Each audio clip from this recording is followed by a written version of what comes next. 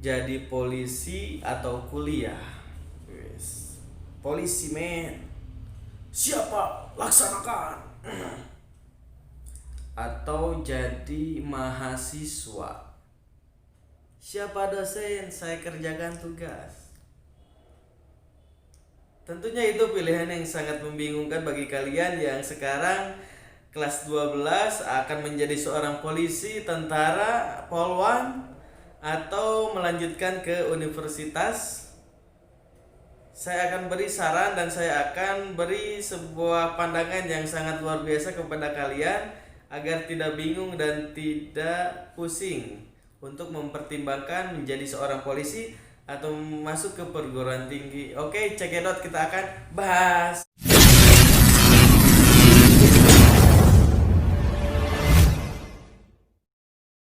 Ya, ya, ketika kalian memang ingin menjadi seorang polisi, memang keren.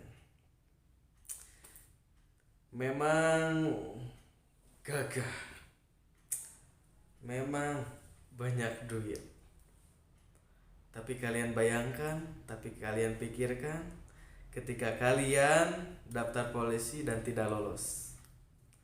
Dengan melihat persaingan yang begitu banyak, dengan melihat persaingan yang begitu sulit, baik secara fisik maupun finansialnya, untuk masuk ke polisian, tentara, polwan, atau TNI AU, atau TNI Angkatan Udara, Angkatan Laut, itu merupakan sebuah sulit.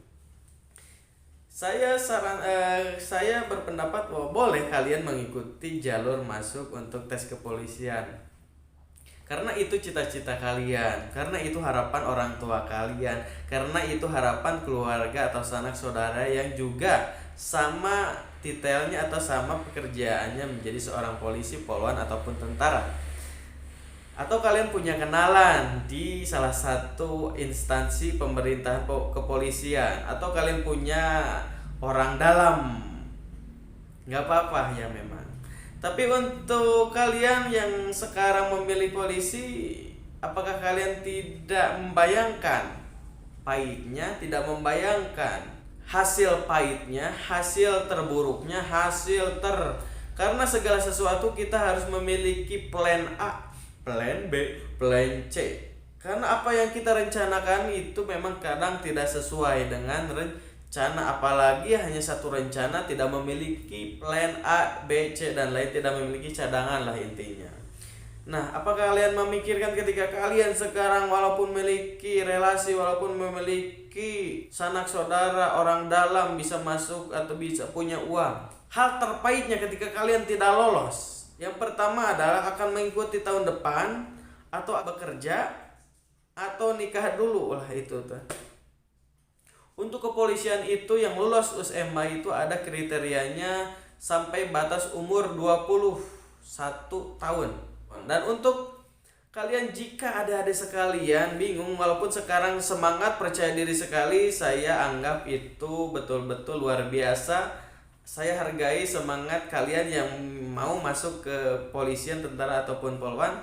Tapi di sini saya tidak akan memaksa, tidak akan menganjurkan, tapi saya di sini hanya memberi informasi dan hanya memberi sebuah gambaran pengalaman peserta didik yang telah kami bina di bimbingan belajar budi bakti. Sering juga kadangkala anak yang masuk ke polisian dan akhirnya tidak lolos, mereka akhirnya kecewa, dan satu tahun, terus tahun kedua mereka tidak lolos, dan akhirnya mereka ketinggalan untuk masuk universitas, dan akhirnya ketika mereka pahitnya tidak lolos di kepolisian, dan akhirnya mereka masuk di perguruan swasta, tidak masuk di perguruan tinggi negeri. Dan untuk kali ini saya bahas mengenai antara kuliah atau kepolisian. Tentunya kita akan ambil dua-duanya, bagaimana caranya kita mengambil dua jalur ini dan dua sekaligus ini, tentunya sebuah kebingungan, tapi jangan bingung. Untuk kalian yang sekarang memilih, saya sarankan untuk tetap mendaftar polisi, mendaftar tentara, masuk tetap. Dan yang kedua, kalian tetap mempentingkan jalur SBMPTN atau SNPTN ini.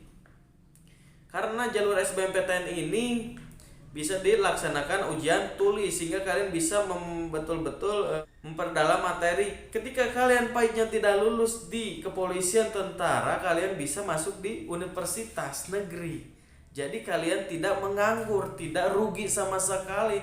Tapi ketika kalian tidak memiliki cadangan, tidak lolos, ngahulang dah, ngajentul dah di rumah. Pekerjaan sulit kusabab ayeuna mencari pekerjaan sulit. Kalau tidak ada kegiatan di rumah paling jadi pengangguran. Kalau kalian jadi bahan cemoohan, kerja di mana paling cicing di imah rek jawab gawe dak cicing di rumah. Jadi sebaiknya kalian memiliki cadangan, tetap memilih jurusan yang memang menunjang untuk nanti bisa daftar lagi ke polisian. Setidaknya kalian memiliki titel S1. Setidaknya kalian bisa memiliki titel S1. Beda lagi dengan kalian yang mendaftar polisi, tentara, lulusan SMA dengan lulusan S1 berbeda. Dan saya sarankan untuk jurusan yang dibutuhkan oleh kepolisian, yang dibutuhkan oleh tentara dan polwan adalah yang pertama jurusan kepemerintahan, yang kedua adalah jurusan hukum, yang ketiga jurusan keperawatan, farmasi, atau memang jurusan olahraga. Nah itu. Jadi itu jurusan-jurusan yang akan menunjang nanti kalian masuk di kepolisian, tentara, atau polwan. Karena jurusan medis, keperawatan, farmasi, biomedik, reka medis yang memang dibutuhkan oleh tenaga kesehatan di kepolisian, tentara, dan polwan, itu yang sangat menunjang. Berapakah umur yang memang harus dimiliki gitu? Batasnya sampai mana? Sampai umur berapa? Kalau SMA tadi saya katakan 21, tapi kalau S1, jenjang S1 yang bisa mendaftar di polisi atau kepolwan itu batasnya sampai 24 tahun. Jadi kalian jangan terburu-buru, jangan langsung kecewa, tetap harus memiliki cadangan, harus memiliki planning A, planning B. Jangan pedah ayeuna punya uang ratusan juta, punya relasi orang dalam, oke, hebat. Terus yang ketiga visi kalian bagus, tetap kita harus berpikir pahit. Kita harus berpikir hal yang paling terburuk ya. Jadi kita harus memiliki cadangan. Mudah-mudahan kalian bisa menyesuaikan, menyeimbangkan, harus mengikuti antara mulai informasi pendaftaran, persyaratan, fisik maupun mental maupun keuangan harus dipersiapkan di polisi, dan juga harus mengimbangi universitas, jadwal pendaftarannya kapan, materi yang harus dipelajarinya apa saja, jurusan yang menunjang nanti ketika tidak lolos di polisi kalian bisa masuk di jurusan yang memang ketika nanti bisa menunjang masuk lagi setelah lolos S1 di universitas, bisa masuk ke daftar lagi ke polisian dan ketentaraan. Itu dia. Karena hidup itu perlu pengalaman, karena hidup itu perlu perbandingan. Saya bisa menginformasikan hal ini karena berdasarkan pengalaman peserta didik yang banyak di sini juga ingin kepolisian, ketentaraan. Tohnya ketika hal pahit terjadi, mereka bingung dan akhirnya tetap masuk di perkuliahan seperti itu. Mudah-mudahan adik-adik ya bisa menjadi sebuah pertimbangan, informasi ini bisa menjadi sebuah bayangan, perbandingan juga kepada orang tua kalian, untuk kalian sendiri. Untuk video kali ini itu saja yang dapat saya sampaikan. Terima kasih banyak perhatiannya, mudah-mudahan bisa bermanfaat. Jika bermanfaat, tolong share, like, dan komen video ini. Jangan lupa untuk klik subscribe, dan sekali lagi coba jangan sampai dilewatkan subscribe, klik. Terima kasih.